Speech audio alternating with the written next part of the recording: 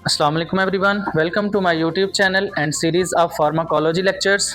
आज की इस वीडियो में हम लोग डिस्कस करेंगे एंटी डायबिटिक ड्रग्स को कि एंटी डायबिटीज़ में कौन कौन सी क्लास ऑफ ड्रग जो है इंक्लूड है, हर क्लास का मैकेनिज्म ऑफ एक्शन क्या होता है, इनके साइड इफ़ेक्ट्स क्या होंगे, इनके यूजेज क्या क्या होते हैं और कुछ स्पेसिफिक क्लासेस के ड्रग इंट्रैक्शंस पढ़ेंगे। तो चलिए स्टार्ट करते हैं। सबसे पहले हम देखते हैं कि एंटी डायबिटिक ड्रग्स के अंदर कौन कौन सी क्लासेस ऑफ ड्रग्स इंक्लूड हैं।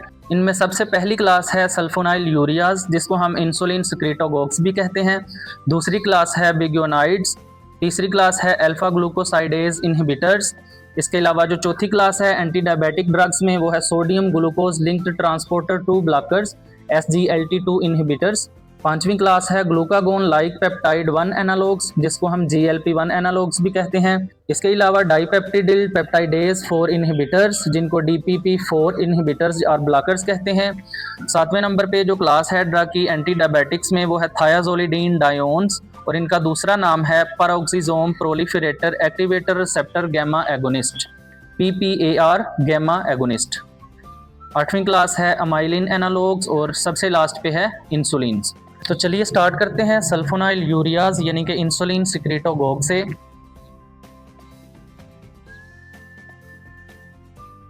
सल्फोनाइल यूरियाज में जो पहली ड्रग इंक्लूड है उनमें शामिल है टालब्यूटामाइड, क्लोरप्रोपामाइड और टोलेजामाइड।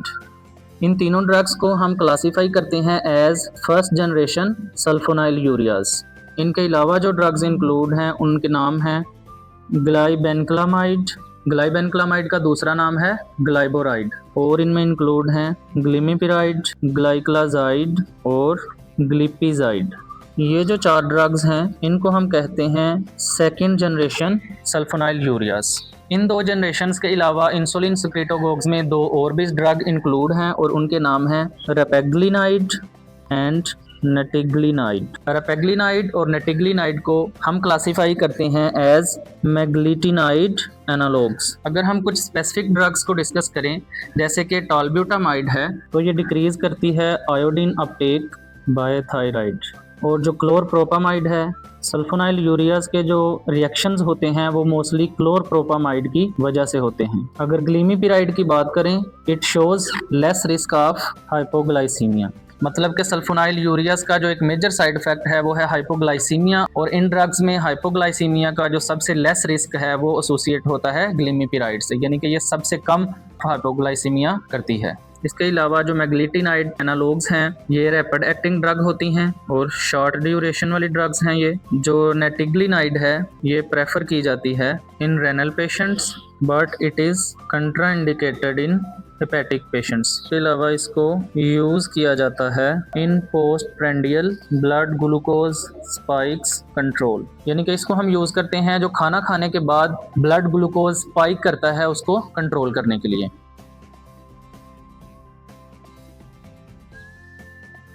अगर बात करें mechanism of action of the sulfonyl ureas, तो ये एक्ट करती हैं बीटा सेल्स के ऊपर। They act on beta cells of pancreas and cause the cells to depolarize by sensitizing potassium channels and opening of voltage gated calcium channels, resulting in increased insulin secretion. यानी कि ये beta cells of pancreas के ऊपर act करती हैं, sales की depolarization करवाती हैं by sensitizing the potassium channels. Potassium channels को सेंसिटाइज करती हैं और ओपन करवाती हैं वोल्टेज गेटेड कैल्शियम चैनल्स को, जिसके नतीजे में क्या होगा कि ज़्यादा से ज़्यादा इंसुलिन की सिक्रीशन होगी। इसीलिए हम इनको इंसुलिन सिक्रेटोगोग्स कहते हैं, क्योंकि ये इंसुलिन की सिक्रीशन को इंक्रीज करती हैं, जिससे डायबिटीज़ यानी कि शुगर को कंट्रोल किया जा सकता है।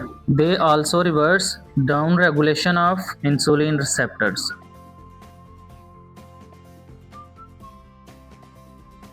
सल्फोनाइल यूरियाज का जो मेजर साइड इफेक्ट है वो है हाइपोग्लाइसीमिया। इसके अलावा ये वेट गेन करवाती हैं, टेरेटोजेनिक इन नेचर होती हैं, और सल्फोनाइल यूरियाज के साइड इफेक्ट्स में इंक्लूड है allergic reactions, disulfiram like reaction with alcohol और हाइपोनेट्रीमिया, जो कि क्लोरप्रोपामाइड के साथ ज़्यादा इस साइड इफेक्ट को ऑब्जर्व किया जाता है।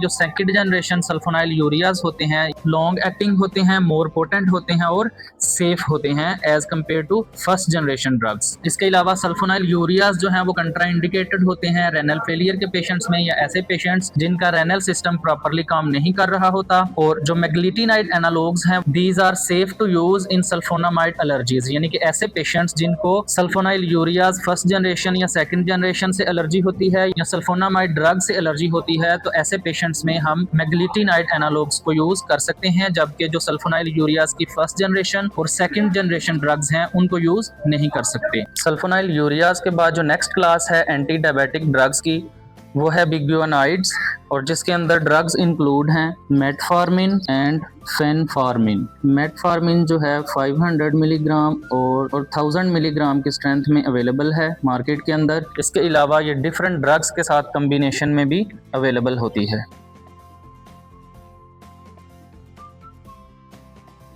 अगर बात करें mechanism of action of the biguanides की, तो ये ब्लॉक करते हैं ग्लूकोनियोजेनेसिस इन लिवर, यानी कि लिवर के अंदर जो ग्लूकोज की सिंथेसिस हो रही होती है उसको रिड्यूस करते हैं, रिड्यूस हेपेटिक ग्लूकोज प्रोडक्शन, और इंक्रीज करते हैं इंसुलिन सेंसिटिविटी को। इसके अलावा ये गट के ऊपर एक्ट करते हैं और डिक्रीज करवाते हैं absorption of glucose from the gut. तो ये बिग्यूनाइड्स जो हैं 3 तरीके से डायबिटीज़ को कंट्रोल करने के लिए हेल्प करती हैं। सबसे पहले मैकेनिज्म में ये क्या करती हैं, ग्लूकोनियोजेनेसिस, यानी कि लिवर के अंदर जो नया ग्लूकोज प्रोड्यूस हो रहा होता है उसकी प्रोडक्शन को ब्लॉक कर देती हैं। इसके अलावा इंसुलिन सेंसिटिविटी को इंक्रीज करवाती हैं। और तीसरे नंबर पे ये एक्ट करती हैं गट के ऊपर, और गट से जो ग्लूकोज की अब्जॉर्प्शन है उसको कम करती हैं ताकि ब्लड शुगर लेवल कम हो सके।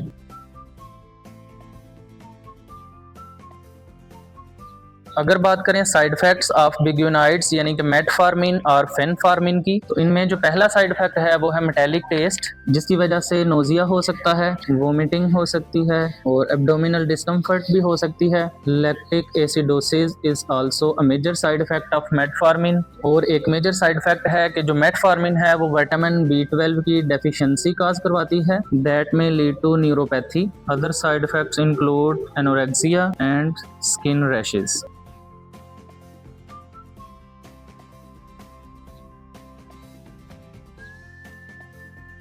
बिग्यूनाइड्स के बाद बारी है अल्फा ग्लूकोसाइडेज इनहिबिटर्स की, और इस ग्रुप के अंदर जो जो ड्रग्स इंक्लूड हैं उनमें शामिल है एकार्बोज, मिग्लिटोल एंड वोग्लिबोज।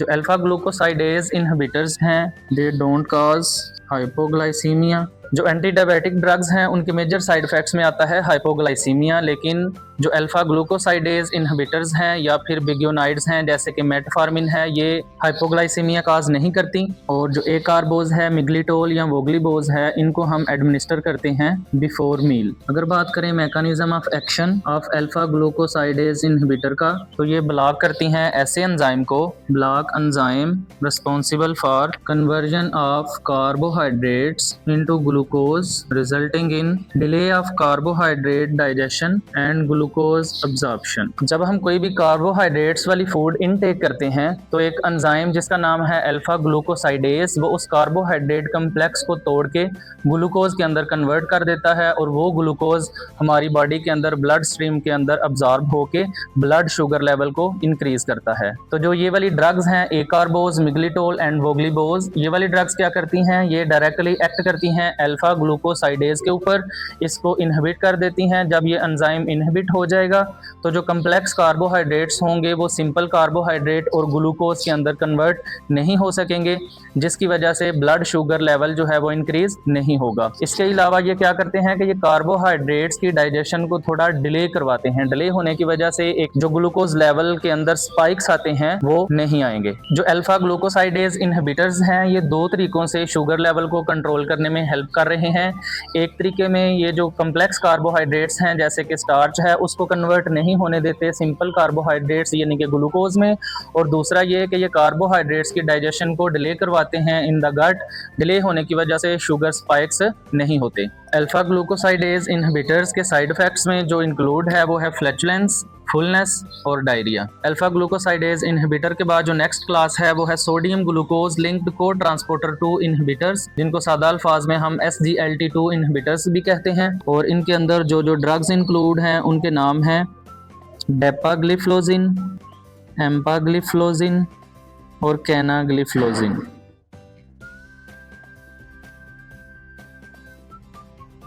अगर बात करें हम mechanism of action of SGLT2 inhibitors के बारे में, तो ये एक्ट करती हैं किडनी के ऊपर और ब्लॉक करती हैं SGLT2 रिसेप्टर्स को, resulting in decrease reabsorption of glucose from the kidney. SGLT2 basically एक ट्रांसपोर्टर है जिसकी मदद से 90% ऑफ ग्लूकोज जो है वो यूरिन से दोबारा से बॉडी के अंदर अब्जॉर्ब होता है। जब ये वाली ड्रग्स इस ट्रांसपोर्टर को ब्लॉक कर देती हैं तो ग्लूकोज बॉडी के अंदर अब्जॉर्ब नहीं हो सकता और यूरिन के थ्रू बॉडी से एक्सक्रीट आउट हो जाता है और इस तरह से ब्लड ग्लूकोज लेवल जो है वो डिक्रीज हो जाता है।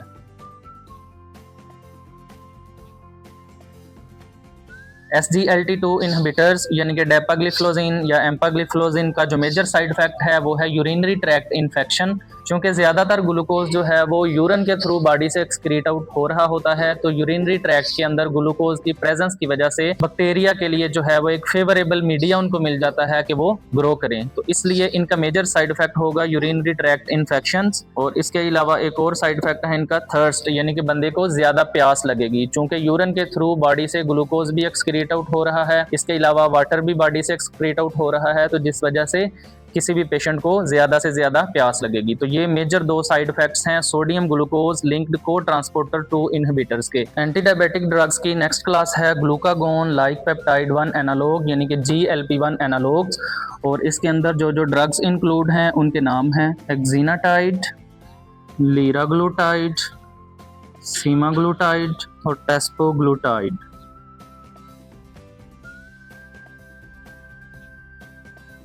अगर बात करें मैकेनिज्म ऑफ एक्शन की, तो ये डिफरेंट वेज में अपना मैकेनिज्म ऑफ एक्शन परफॉर्म करते हैं और बॉडी ग्लूकोज को कंट्रोल करते हैं। जैसे इनका पहला मैकेनिज्म है दे डिक्रीज गैस्ट्रिक एम्पटिंग, के अलावा ये डिक्रीज करते हैं ग्लूकागोन के रिलीज को। चूंकि ग्लूकागोन ब्लड शुगर लेवल को ज़्यादा करता है, तो इसलिए ये जो ग्लूकागोन लाइक पेप्टाइड्स हैं ये ग्लूकागोन के रिलीज को डिक्रीज करवाते हैं कि ग्लूकागोन कम से कम बॉडी के अंदर रिलीज हो, जिसकी वजह से ज़्यादा शुगर स्पाइक्स नहीं आएंगे। और तीसरा इनका मैकेनिज्म है दे इंक्रीज इंसुलिन रिलीज। ये तीन तरह से शुगर को कंट्रोल करने में हेल्प करते हैं। सबसे पहले ये डिक्रीज करते हैं गैस्ट्रिक एम्पटिंग को। जब गैस्ट्रिक एम्पटिंग स्लो हो जाएगी तो मैदा ज़्यादा देर के बाद खाली होगा और इंसान जो है वो कम खाना खाएगा, जिसकी वजह से बहुत ज्यादा शुगर इंक्रीज नहीं होगी। इसके अलावा ये ग्लूकागोन के रिलीज को डिक्रीज करवाएंगे और इंसुलिन के रिलीज को इंक्रीज करवाएंगे। अगर बात करें side effects of glucagon like peptide 1 analog की, तो इनके साइड इफेक्ट्स में इंक्लूड है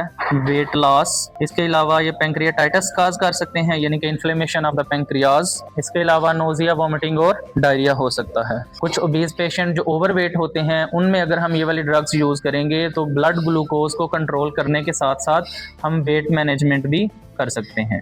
जो GLP-1 एनालॉग्स हैं वो डिग्रेड हो जाते हैं DPP-4 एंजाइम यानी कि डाइपेप्टिडिल पेप्टाइडेज 4 एंजाइम से, और इनकी जो है हाफ लाइफ बहुत शॉर्ट सी होती है।